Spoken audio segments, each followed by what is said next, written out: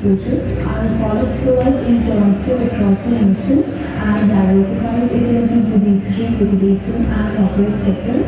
The college provides internship under the National Commission and under very renowned lawyers, judges, and advocates of High Court as well as Supreme Courts. Very many law firms like Ferry-Newman, Lexwell, Quizlex, and many more entertain students from our college as interns. And I myself have been an intern at National Human Rights Commission last month, and I personally think that it's very beneficial and provides wide opportunity to the students for their futures.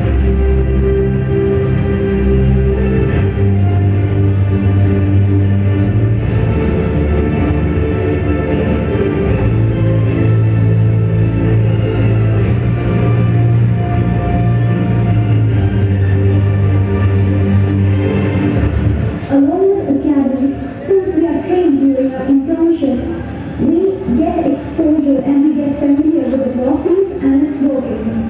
The placements which we get is on the basis of our internships. Our colleges collaborated with nation's renowned firms such as Anand & Anand, the Luthras, the Lexwell, and many more established ones. The highest placement was given of 8.1 lakh.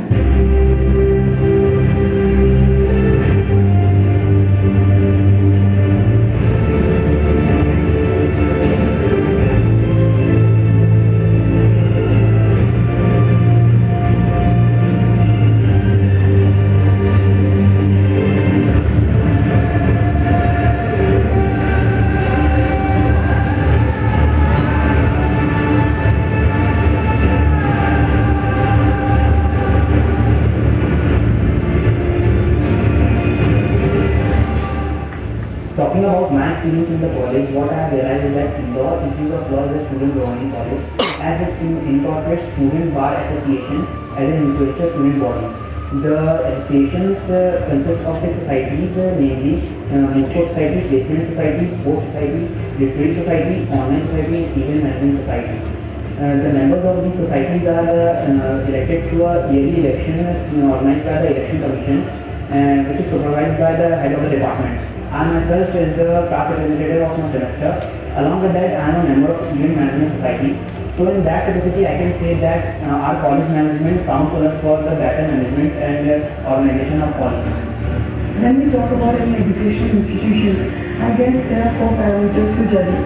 The first one is its academics, second infrastructure, third is practical exposure, and the fourth one is, and final one is the placements and internships. Placements are the result of internships, and therefore Indore Institute of Law provides 8 internships during the 5-year degree course. Recently, we had our 2 open campus drives. It is Quizlex from Hyderabad, Mindpress, Lexwell, Ferry-Newman, and many more law firms are there at the campus with the openings, and we have given 100% placements to it. In nutshell, I would say I firmly believe that Indore Institute of Law is the best destination for legal education in India.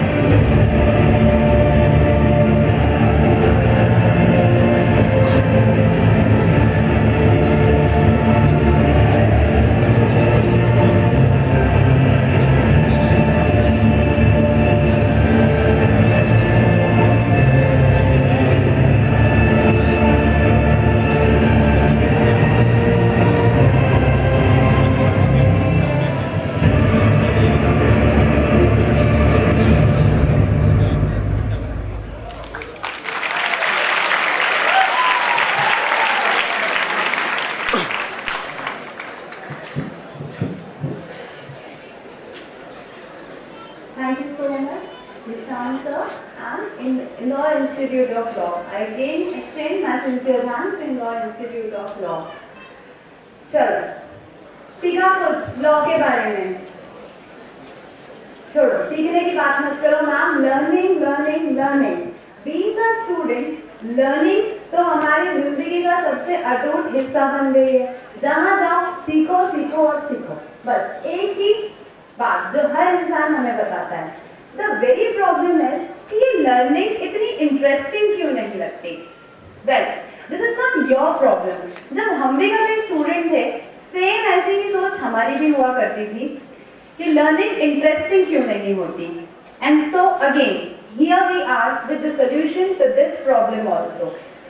हमारी हमेशा से यही कोशिश रहती है to make learning more interesting and meaningful and to take learning beyond the boundaries of a classroom. At CH Edumakers, wide array of seminars are regularly organized that not only help to give a hands-on experience but also motivates and inspires the learner to be a worthy human being.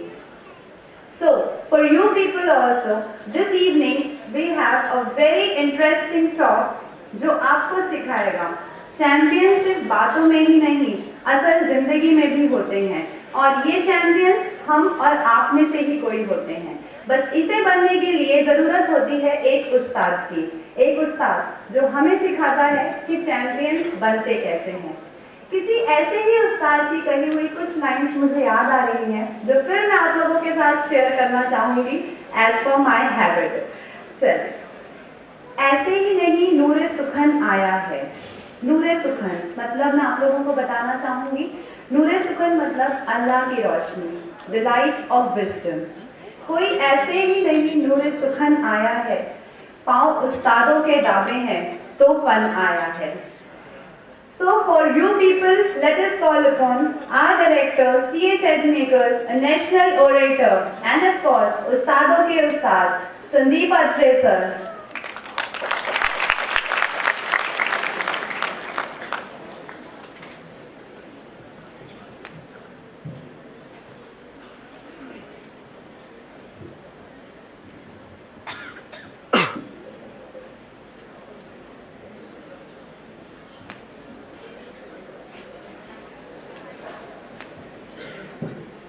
Good evening, ladies and gentlemen. I said good evening, ladies and gentlemen.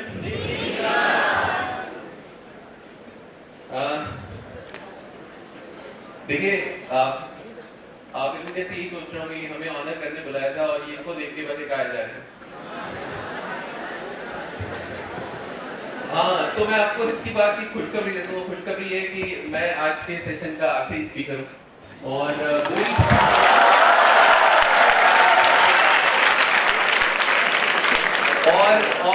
बुरी खबर यह है कि अब मैं आया हूं तो बोल के ही जाऊंगा।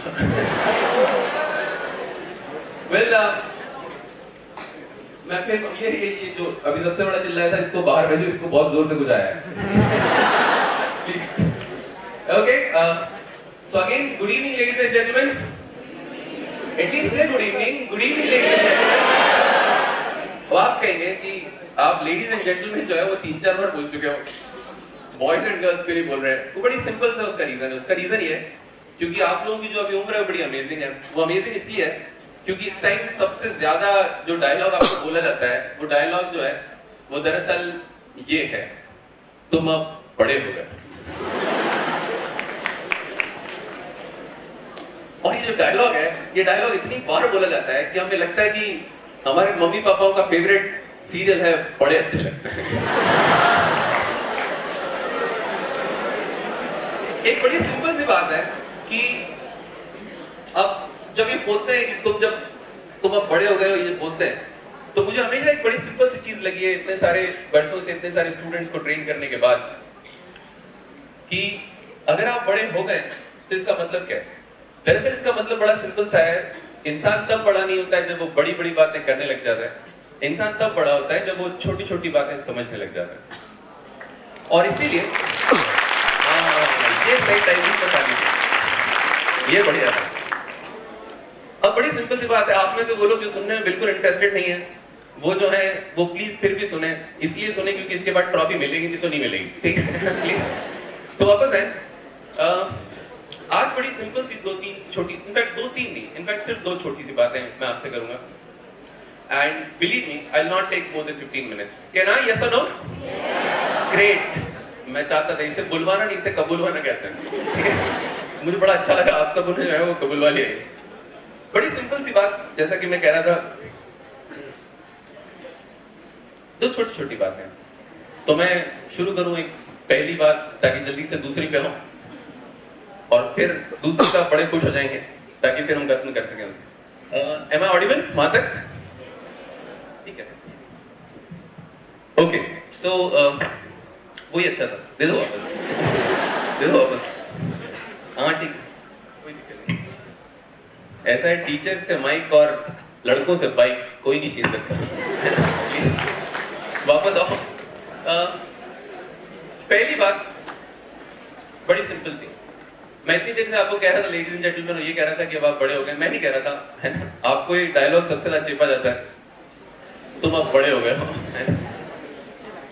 मुझसे इतना काम क्यों कराया जाता है? क्योंकि तुम अब बड़े हो गए हो। मुझे अपने भाई बहनों का ख्याल रखने को क्यों कहा जाता है? तुम अब बड़े हो गए।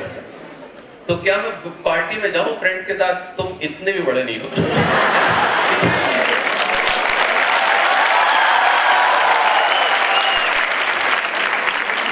एक्चुअली इसमें आप लोगों की कोई गलती नहीं है। देखिए मैंने पहले कहा था 15 मिनट है, अब 14 ही बचे हैं, और आप लोगों के लिए बहुत ज्यादा मुश्किल नहीं करूंगा मैं। देखिए हम लोग के ना हमारे देश में बड़े होना बड़ा मुश्किल है वैसे भी, इसलिए क्योंकि हमारे नाम ही इतने अमेजिंग होते हैं, बंटी, चिंटू, गोलू, मोनू, पिंकी, टिम्पू, मुन्नू। ऐसे लोग कितने ही बड़े हो जाए छोटे ही रहते हैं। लेकिन अच्छा भाई तो एक और चीज कहूं मैं आपको जितनी बार जब भी हंसी आए जोर से, तब बिल्कुल अच्छे तरह से हंसिएगा, लेकिन उस हंसी को एक्सटेंड मत कीजिएगा, मतलब उस हंसी को पूरा कर लीजिएगा। People respect your laughter when you laugh wholeheartedly and when you stop completely. आपको मैं राजवाड़ा भेजता हूं, वहां सराफा मत निकल जाएगी, है ना? वापस आ जाएगी। It's important to laugh, but the more important thing is to stop completely when you actually stop coming back. मेरा पहला पॉइंट जो है इसी बंटी के थ्रू है। मेरा पहला पॉइंट ये है। उसके पहले मैं बता दूं, जैसा कि मैंने कहा था हमारे नाम बड़े इंटरेस्टिंग होते हैं, तो वैसे ही जितना नाम इंटरेस्टिंग होते हैं लोग भी उतने इंटरेस्टिंग होते हैं। तो हमारे बंटी चिंटू जो है वो कभी इंटरेस्टिंग होते नहीं है। हमारा बंटी कभी सीधा नहीं बैठता, वो जो है सोफे से सेंटर टेबल से स्टूल से फिर सेंटर टेबल, उसके बाद फिर तखत से फिर बेड से वापस डाइनिंग टेबल, वो ऐसा घूमता रहता है, यहाँ से वहां, इधर से पैसेंजर चलाता है, उधर से शताब्दी चलाता है, चलता अचानक से वो जो बंटी है वो चलते अचानक एक कुर्सी से टकराता है और भड़ाम से गिर जाता है, और गिरते से ही भैं करके, ओ भाई वो रोता नहीं है, वो देखता है पहले ऑडियंस है कि नहीं। अरे तुमको हंसी आ रही है? अगर ऑडियंस नहीं होती ना तो वो खड़ा होता है, कपड़े झाड़ता है और चल निकलता। और क्या वो सोचता है ऑडियंस हो तो परफॉर्म करूं, ऑडियंस ही नहीं आ। तुमने सोचा नहीं हमारे गाने इतने अच्छे बनते हैं, सुन रहा है ना, रो रहा हूं मैं, पहले वो चेक कर रहा है सुन रहा है कि नहीं।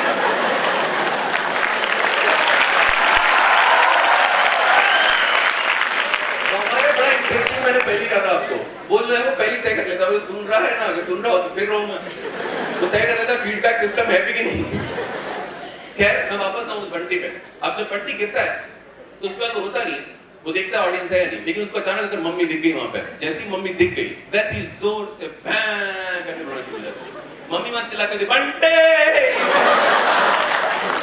मम्मी चिल्लाते थे बंटे, भक्ति आती है आके एक और बार फिर हम सराफा में वापस आ जाएगा। जाती है बंटी जो है वो गिरा हुआ है, अच्छा गिरा हुआ उसी पोज में लेटा रहता है, वो पोज देके बकायदा फोटो खींचा। देखो यार तुम्हें फोटो मत खींचो, पोज देना पड़ता है, छोड़ दो। अब बड़ी सिंपल सी बात है, अब वो गिरता है, मम्मी आके बंटे क्या हुआ, कहां लिखा, लेकिन देखती क्या हुआ